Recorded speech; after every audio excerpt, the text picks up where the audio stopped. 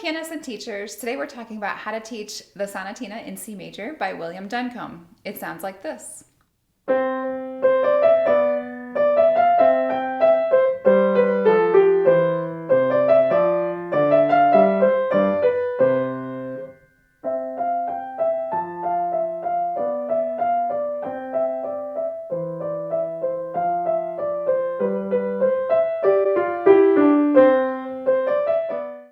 This is one of those pieces that I teach to almost every student in my studio. I love using creative repertoire, and I can't stand to only teach the same pieces over and over again.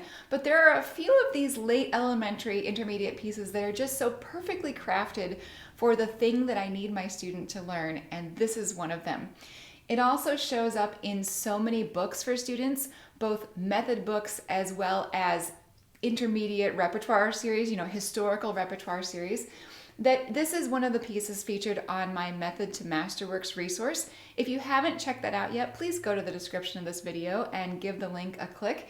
It's a spreadsheet as well as a training video that lists all of the different books that you find these historical pieces from method books. And it will really help you give your student appropriate historical repertoire, help them know what books might be appropriate for them as they're moving out of their elementary study into the intermediate years. If we haven't met before, my name is Jana Williamson, and welcome to my home piano studio in the suburbs of Chicago. So as I mentioned, this piece does show up in a number of books. I'm looking at it today in the Masterwork Classics Level 3 done by Jane McGraw, but you can also find it in a couple of elementary method books. It shows up in the Faber Piano Adventures in the Level 3A Performance book, as well as the Alfred Premier Performance Book 4. Those are very equally leveled books, even though the numbers are different.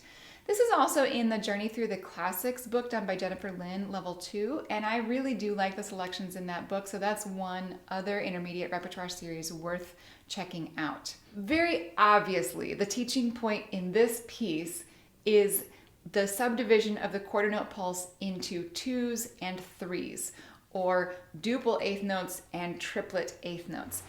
And students that I teach this to will have already had some experience with triplets in maybe a few pieces of repertoire, but they will not have had a lot. And this might be one of the first pieces that asks them to continually switch between duples and triples. And so before we play this piece, we're going to do a lot of prep for that activity because it is one of the harder things for students to do. They have to be able to feel the pulse, the underlying pulse, and then switch back and forth from duples to triples. And the way that I find most easy to teach this is to use some sort of words to have syllables. You can find the words that are most appropriate for your teaching context. In my studio, we tend to use fruit. I like to use pear for quarter notes, apple for duple eighth notes, and blueberry for triplet eighth notes. One of the reasons I really like blueberry is that it's very clear that the emphasis is on the first part of the three syllables, the first syllable. And you have to be careful that that's what you do because students first doing triplets will oftentimes elongate the last part of the triple.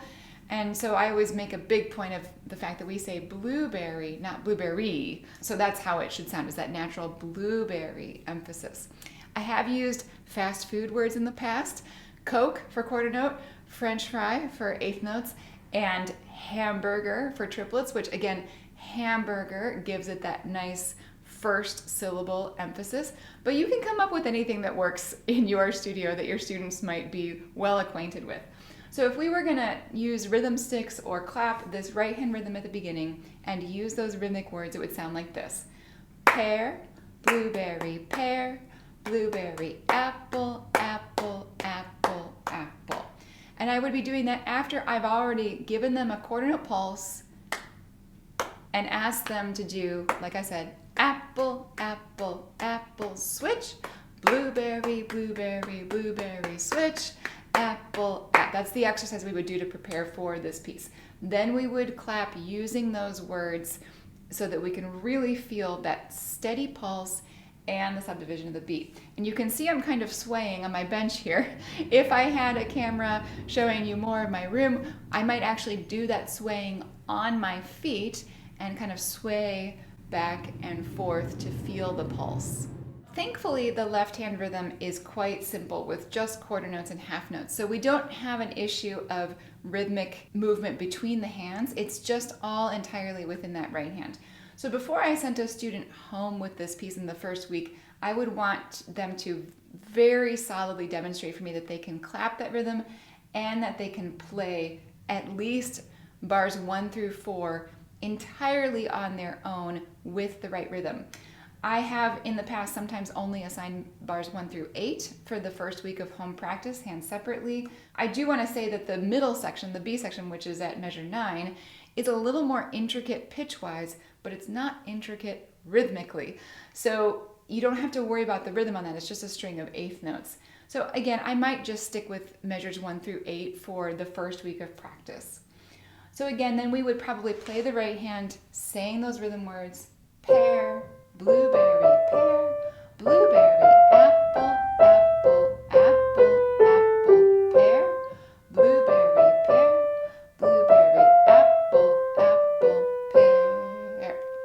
To go along with the difficulty of the rhythm, there is some moving around in both hands. This is written in a basic contrapuntal style. The left hand pretty much holds down basic chord tones like 1, 4, and 5. But it is not written with a simple chord accompaniment, and the right hand moves around. So one other thing I would point out to my student right away is that measure 3, if you're in C position here, you've got your thumb on C, obviously, you lift up and play the same note with your 4. And then same thing, you're coming back to C. In measure 7, 3, 1, 3, 1. I think that's the best fingering for that measure. All of the student editions I've seen of this have given really solid, very useful, reliable fingering to help all of that movement work in the basic counterpoint. But the students do need to use good fingering. If we look at some of that left hand movement, you start on middle C, and then McGraw recommends that you just lift up in measure 4 and put your thumb on G.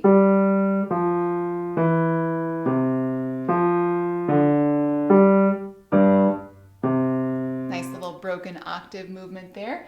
Back up to middle C, and then this is where it can get a little confusing. There's a 5th down, and then down a 6th in measure 13 to the E.